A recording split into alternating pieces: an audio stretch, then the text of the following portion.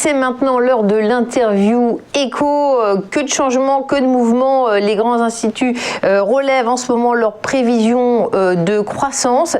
Et je me tourne vers notre spécialiste Philippe Béchade, rédacteur en chef de la Bourse au quotidien. Philippe Béchade, bonjour. Bonjour Viviane. Merci d'être notre invité.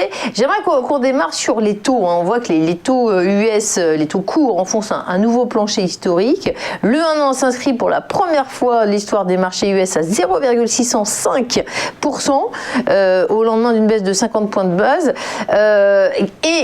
Effectivement, on voit un contexte qui est en train d'évoluer. Pour vous, vous voyez des opportunités.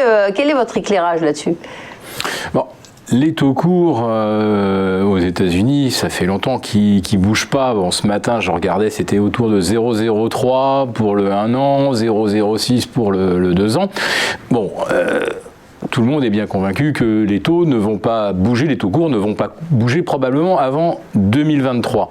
Ce qui a beaucoup, pas surpris, mais en tout cas beaucoup interpellé les investisseurs, c'est l'écart entre le taux court et le 10 ans et le 30 ans.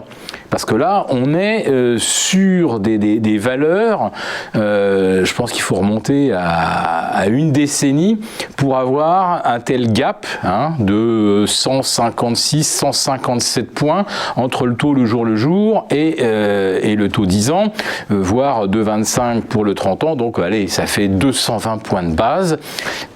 Ces 220 points de base, c'est ni plus ni moins que le niveau d'inflation anticipé, on va dire, à 2 ou 3 ans. Donc, on va dire que l'anticipation d'inflation est la plus élevée qu'on ait connue probablement depuis les années 2007-2008, quand à l'époque on avait un baril de pétrole à $110. C'est le sujet en ce moment, les craintes inflationnistes, effectivement. Quel regard vous portez là-dessus ? Pour vous, c'est la crainte majeure. Elles vont se concrétiser ? Ces craintes inflationnistes. Alors, la crainte majeure, c'est la crainte que les taux longs s'installent durablement autour de 1,75, c'est-à-dire durablement au-dessus du rendement du S&P. Alors, je ne parle même pas du Nasdaq, parce que là, on est à peine à 1%, donc ça fait déjà longtemps que les taux longs sont passés au-dessus. Le S&P, c'est une référence qui est un peu plus parlante pour un gérant de portefeuille qui a un mix de value, de valeur croissance. Voilà. Donc, il ne faudrait pas que les taux longs dérivent très au-delà de 1,75, puisqu'on semble quand même s'être accoutumé à 1,50. On a un S&P qui finalement est même pas 1,5% de son record. Le Dow Jones en bat encore des records jour après jour, donc il s'accommode très très bien de taux un peu plus élevés, des taux plus élevés qui correspondent, c'est vrai, à un choix véritablement politique.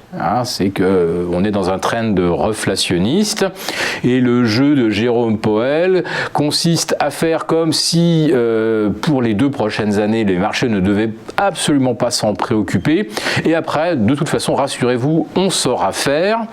Et surtout, on comprend que la Fed voudra rester de toute façon, comme on dit, behind the wheel, à la traîne de l'inflation, c'est-à-dire maintiendra un taux d'argent qui est négatif.